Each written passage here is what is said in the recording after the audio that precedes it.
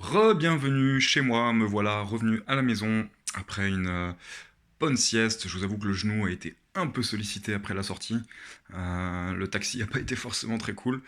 Faut savoir que j'habite à Paris, que bon bah du coup ça peut être un petit peu compliqué des fois.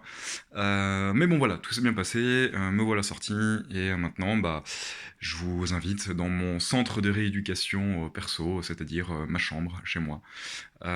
Donc je vais vous présenter mes meilleurs amis qui vont être mes fidèles camarades pendant quelques jours. Afin de remplir un peu mes premiers objectifs de rééducation, à savoir récupérer au maximum ma mobilité, donc ma marche, tonifier mes muscles, faire en sorte d'avoir un genou qui, dans le jargon, on dit verrouille, c'est-à-dire tout simplement arrive à tenir quand on met du poids dessus et qu'il ne se dérobe pas. Récupérer mes amplitudes articulaires, notamment l'extension de mon genou. Et pour ça, je vais avoir besoin de pas mal de petits outils.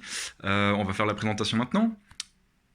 Monsieur Kinetech, hop, je tourne la caméra, voilà, Monsieur Kinetech que j'ai pris en location, que je vous avais montré dans la première vidéo, qui va essentiellement me servir à mobiliser mon genou de façon passive.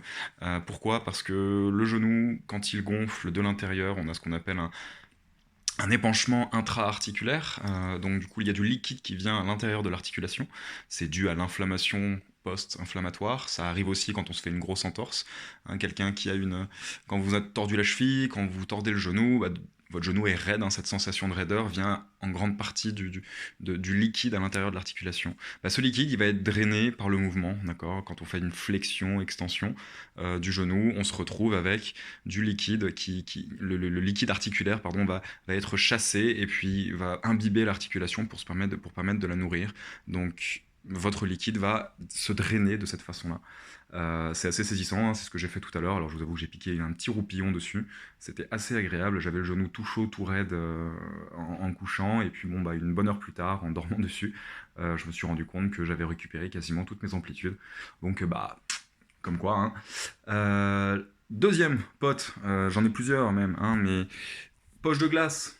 Hein, poche de glace, ça fait du bien. La glace, la cryo, c'est bien connu. Quand on se fait mal et que ça gonfle, il faut mettre du froid. Ça fait dégonfler. Bon bah, je vous montrerai dans un petit tips comment moi je l'applique, parce que du coup on entend un petit peu de tout et rien. Moi je vais vous montrer un petit peu ce que moi je considère comme étant le plus important.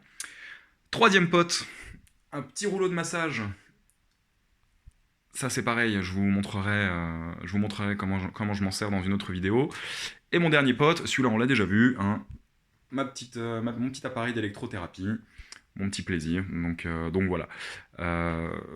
Parmi tout ça, tout est disponible, d'accord. Je me suis mis vraiment dans la peau de quelqu'un qui se retrouve en galère chez lui, qui n'est pas en centre de rééducation, avec ces petites choses-là. Bon, je rajouterai aussi les béquilles, d'accord. Forcément, on va en avoir besoin, ainsi que mon attel. Mais voilà, juste avec ça, déjà, je devrais pouvoir tenir au moins sur les 15 prochains jours, facile. Donc, que vous soyez en centre de rééducation ou à la maison, c'est ce qui devrait vous suffire.